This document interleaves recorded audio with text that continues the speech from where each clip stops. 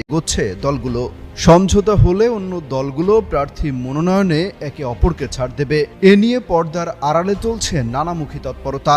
দীর্ঘদিন ধরেই বিভিন্ন ইসলামী দলগুলোকে একই প্ল্যাটফর্মে আনতে কাজ করছে বাংলাদেশ জামায়াতে ইসলামী ও ইসলামী আন্দোলন বাংলাদেশ।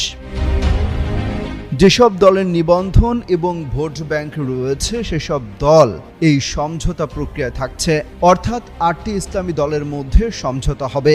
মধ্যপন্থী দল যেমন এবি পার্টি, গণ অধিকার পরিষদ, এমনকি এনসিপিকেও জোটে আনার আলোচনা চলছে।